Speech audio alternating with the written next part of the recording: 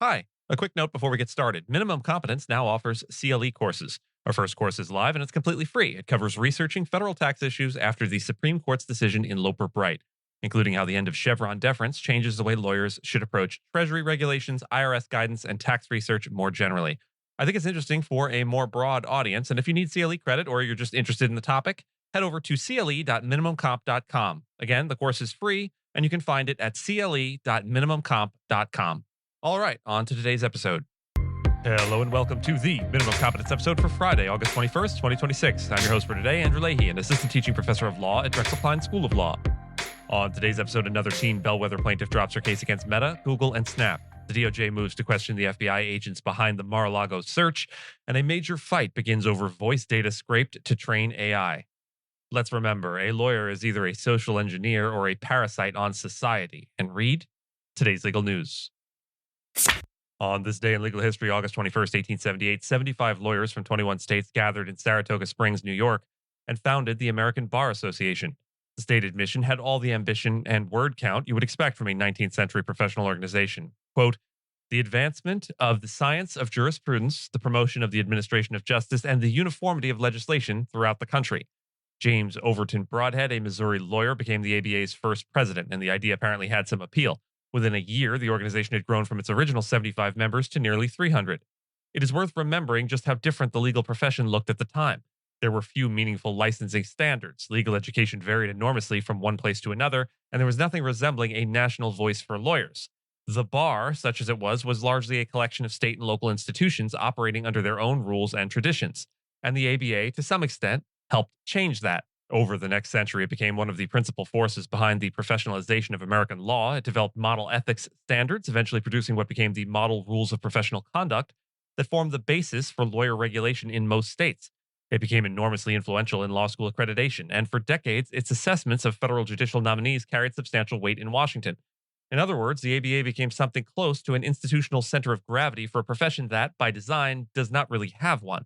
Whether that has always been a good thing is a separate question, and there is certainly no shortage of lawyers willing to debate it.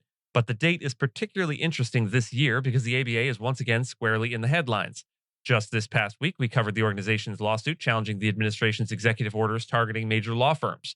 The ABA's argument, at bottom, is that the government is attempting to use its power to punish lawyers and firms for representing clients or causes the administration dislikes, and in doing so, pressure the broader legal profession into falling in line. There is a rather striking symmetry to it. An organization founded nearly 150 years ago in part to promote the administration of justice now finds itself in court arguing that the independence of the lawyers responsible for administering that system is itself under threat. One can agree or disagree with the ABA's politics, and plenty of people do, but the principle underlying its founding is harder to dismiss. A legal profession capable of governing itself, enforcing its own standards, and when necessary, telling political power no, is not merely a professional convenience. It is part of the architecture of the rule of law. Of course, independence is only valuable if lawyers actually use it, which brings us neatly back to today's opening quote from Charles Hamilton Houston. What lawyers choose to do with the power and independence their profession gives them matters enormously.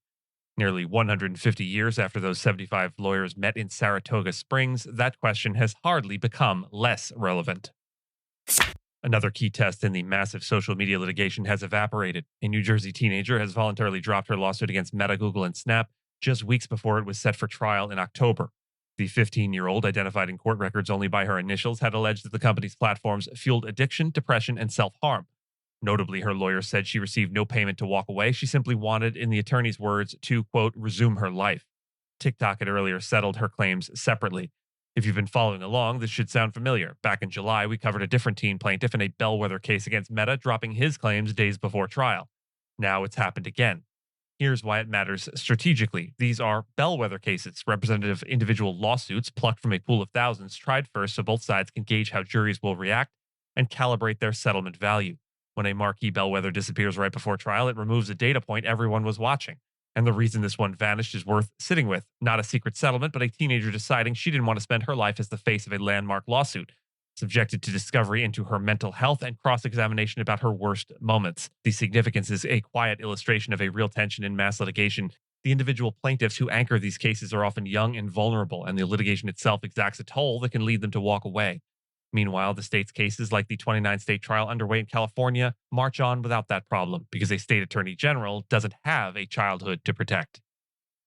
The Justice Department is seeking to question the FBI officials who carried out the 2022 search of Mar-a-Lago, a striking move that turns the machinery of investigation around to point at the investigators. According to sources, the requests are coming from a team working under Joe DiGenova, a Trump ally now overseeing a Florida-based probe, and the investigation is reportedly built on a theory that Trump was the victim of a criminal conspiracy against his rights.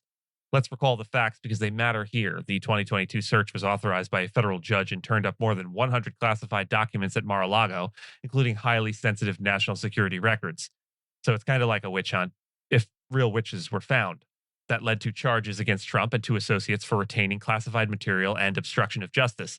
The case never reached a jury on the merits. It was dismissed after a judge concluded that special counsel Jack Smith had been unlawfully appointed, and the DOJ dropped its appeal after Trump won the 2024 election. So here's the inversion. Agents who executed a lawful court-approved search warrant and found exactly the classified documents the warrant anticipated are now themselves the subject of scrutiny under a theory that pursuing Trump was itself a crime against him.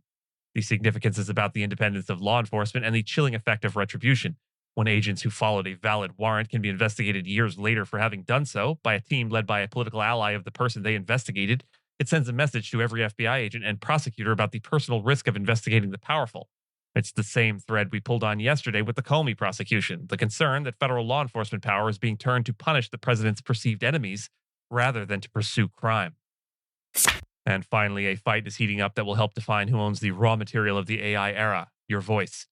In federal court in Illinois, a group of journalists, podcasters, voice actors, and audiobook narrators are suing a who's who of tech, from Apple and Amazon to Meta, Microsoft, Nvidia, Samsung, Alphabet, Adobe, and the AI voice company 11 Labs, alleging the companies harvested their voice prints from publicly available audio recordings and used them to train commercial AI models without consent. This week, the two sides squared off over the company's motions to dismiss. The legal engine here is a powerful Illinois statute called BIPA, the Biometric Information Privacy Act, the same law that produced a $650 million settlement from Facebook over face tagging. BIPA treats biometric identifiers, including voice prints, as something a company can't collect or use without informed consent, and it comes with statutory damages and a private right of action, which makes it a serious threat. The core dispute is about harm. The tech companies argue the plaintiffs can't point to any concrete injury. No cloned voice showed up in a product they can identify, so there's nothing to sue over. The plaintiffs counter that the harvesting itself is the harm. BIPA was designed to stop the non-consensual capture of your biometric identity in the first place, whether or not it later surfaces in a product. The significance is that this is a preview of the defining legal question of AI training. The models are built on enormous quantities of human-created data. Our voices are writing our faces, often scraped without asking, and the law is scrambling to decide whether that scraping is a harm in itself. Old privacy statutes like BIPA are becoming the sharpest tools plaintiffs have, and how these motions come out will shape whether the people whose voices train the machines have any say at all. And with that, and as always, I thank you so much for listening to Minimum Competence, your daily news podcast for lawyers. If you're looking for more than Minimum Competence, links to further reading and all the topics touched on today are in the show notes. And reviews go a long way towards helping new listeners to find our show. If you have a moment, leave a rating or review on your podcast player. We'd sure appreciate it. And if you know someone that might be interested in a story we cover, consider sending them the episode. But remember, nothing here should be construed as legal advice because it is certainly never that. Minimum Competence is available at minimumcomp.com and wherever it is you get your finely crafted podcast. If you haven't checked out the website in a while, give it a look. There are complete transcripts and resources for each episode and its corresponding segments, as well as an opportunity to receive new episodes in email, newsletter, form. We'll see you back here on Monday. And until then, remember, we must never conflate dissent with disloyalty.